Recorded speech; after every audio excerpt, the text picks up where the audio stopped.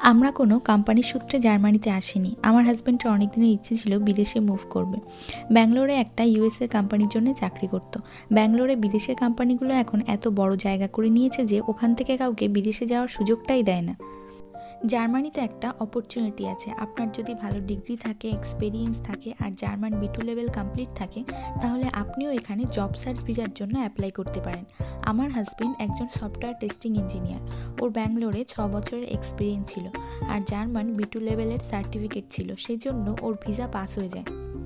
Family ইন্ডিয়াতে রেখে company থেকে লিভ নিয়ে নিজের জমানো অ্যাসেট খরচা করে জব সার্চ করতে বিদেশে যাওয়া, এই ব্যাপারটা খুব রিস্কি হয়ে যায়। ফিনান্সিয়াল প্রবলেমের মধ্যে পড়তে হয়, লাইফটা একটা চ্যালেঞ্জিংয়ের মুখে পড়ে। তবুও কখনো কখনো চ্যালেঞ্জও নিতে হয়।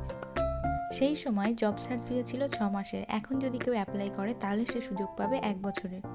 আপনারা কেউ